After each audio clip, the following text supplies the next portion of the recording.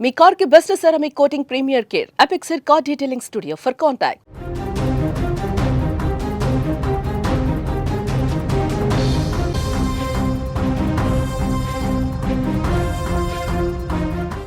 దేశ రాజధాని ఢిల్లీలో జరిగిన ఎర్రకోట పేలుడు ఘటనతో కేంద్ర ఇంటెలిజెన్స్ వర్గాలు ఒక్కసారిగా అప్రమత్తమయ్యాయి. ఈ అనూహ్య పరిణామం నేపథ్యంలో దేశ రాజధానిలో హై అలర్ట్ ప్రకటించారు. అయితే ఈ ఘటనకు సంబంధించి పలు కీలక అంశాలు తాజాగా వెలుగులోకి వస్తున్నాయి. నిన్న సాయంత్రం సరిగ్గా 6:52 సమయంలో ఈ యొక్క పేలుడు సంభవించింది. ఈ దుర్ఘటనలో ఇప్పటివరకు మొత్తం 8 మంది మృతి చెందారు. మరో 24 మందికి తీవ్ర గాయాలయ్యాయి. వీరిలో ముగ్గురి పరిస్థితి అత్యంత విషమంగా ఉన్నట్లుగా కూడా కేంద్ర ఇంటెలిజెన్స్ అధికారులు వెల్లడించారు. క్షతగాత్రులను వెంటనే ఎల్ఎన్జేపీ హాస్పిటల్కు తరలించి చికిత్స అందిస్తున్నారు. పేలుడు ఎంత భయంకరంగా ఉందంటే చనిపోయిన శరీర భాగాలు అక్కడ చెల్లా చెదురుగా పడిపోవడంతో పాటు ఏకంగా 10 వాహనాలు, చుట్టుపక్కల ఉన్న దుకాణాలు కూడా పూర్తిగా ధ్వంసమైపోయాయి. ఈ ఘటనలో ప్రధానంగా వినిపిస్తున్నటువంటి అంశం పేలుడుకు కారణమైనటువంటి i20 కార్ మిస్టరీ. ఈ యొక్క కారును రెడ్ ఫోర్ట్ సమీపంలోని పార్కింగ్ స్థలంలో నిన్న మధ్యాహ్నం 3:19 నిలిపి ఉంచారు. దీనికి సంబంధించిన విజువల్స్ కూడా మనకు కనిపిస్తున్న స్క్రీన్ మీద తాజాగా ఆ కారుకు సంబంధించిన సీసీటీవీ ఫుటేజ్ కూడా బయటకు రావడం జరిగింది. ఆ కారులో ఉన్నటువంటి ఒక వ్యక్తి, డ్రైవర్ కూడా అందులో కూర్చున్నటువంటి దృశ్యాలు కూడా మనకు స్పష్టంగా కనిపిస్తున్నాయి.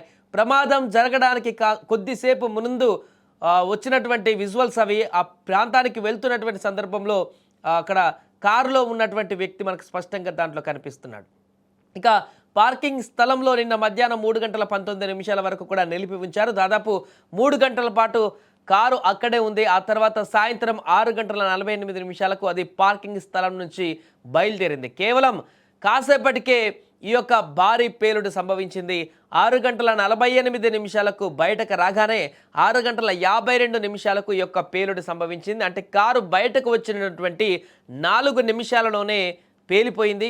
ఈ పేలుడుకు ఉపయోగించినటువంటి ఈ కారు గురుగ్రామ్ ఆర్టీఓ వద్ద రిజిస్టర్ అయినట్టుగా గుర్తించారు. దీని రిజిస్ట్రేషన్ నెంబర్ కూడా HR26CE 7674గా ఉంది. ఈ నెంబర్ ఈ కారును మొహమ్మద్ సల్మాన్ పేరుతో రిజిస్టర్ చేసినట్లుగా కూడా అధికారులు అక్కడ గుర్తించారు. ఈ సందర్భంగా వెల్లడించారు. అయితే కారును ఓనర్ అయినటువంటి వ్యక్తి మొహమ్మద్ సల్మాన్ను పోలీసులు అరెస్ట్ చేసి విచారించారు. విచారణలో సల్మాన్ తాను ఈ యొక్క కారును i20 కారును తారిక్ పుల్వామా నివాసికి అమ్మేసినట్లుగా కూడా కీలక విషయం కూడా చెప్పారు. దీంతో ఈ కేసు కొత్త మలుపు తిరిగింది.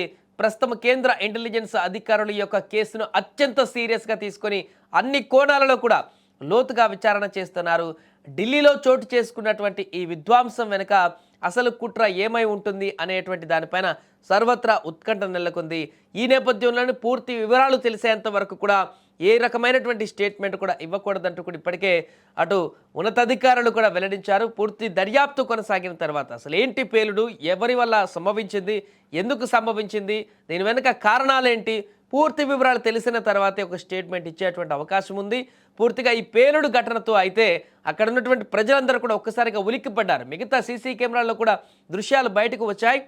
100-200 మీటర్ల దూరంలో ఉన్నటువంటి అక్కడ ప్రజలు కూడా ఈ యొక్క శబ్దానికి భయభ్రాంతులకై పరుగులు తీసినటువంటి దృశ్యాలు అక్కడ కనిపించాయి. ఒక్కసారిగా భీతావహ పరిస్థితి ఏర్పడింది యొక్క పేలుడు తర్వాత. ఆ పరిసర ప్రాంతాల అన్నిట్లలో కూడా ఏం జరిగిందో కూడా అర్థం కాక అక్కడ మిగిలినటువంటి వారందరూ కూడా, చుట్టుపక్కల వారందరూ కూడా ప్రాణాలు అరచేతిలో పెట్టుకుని పరుగులు తీసినటువంటి దృశ్యాలు ఏర్పడ్డాయి. దీంతో ఒక్కసారిగా ఉద్రిక్త వాతావరణం నెలకొంది. పేలుడు సంభవించిన తర్వాత భారీ పేలుడు అని చెప్పవచ్చు. ఎందుకంటే ఈ కారు పేలినటువంటి కారు చుట్టుపక్కల ఉన్నటువంటి 10 కార్ల వరకు కూడా, 10 వాహనాల వరకు కూడా ఈ యొక్క పేలుడు ఎఫెక్ట్ అత్యధికంగా కనిపించింది. ఆ పక్కనున్న వాహనాలు కూడా కాలిపోయాయి.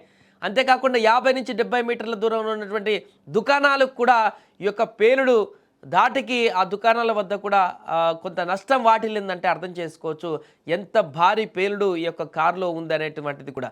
సో ఏదేమైనా కూడా పేలుడికి సంబంధించి అయితే ఎన్ఐఏ కూడా రంగంలోకి దిగి విస్తృత స్థాయిలో పూర్తిగా ఈ యొక్క దర్యాప్తును స్పీడప్ చేసింది. తొందరలోనే దీనికి సంబంధించిన పూర్తి కారణాలు కూడా వెల్లడించేటువంటి అవకాశం ఉంది.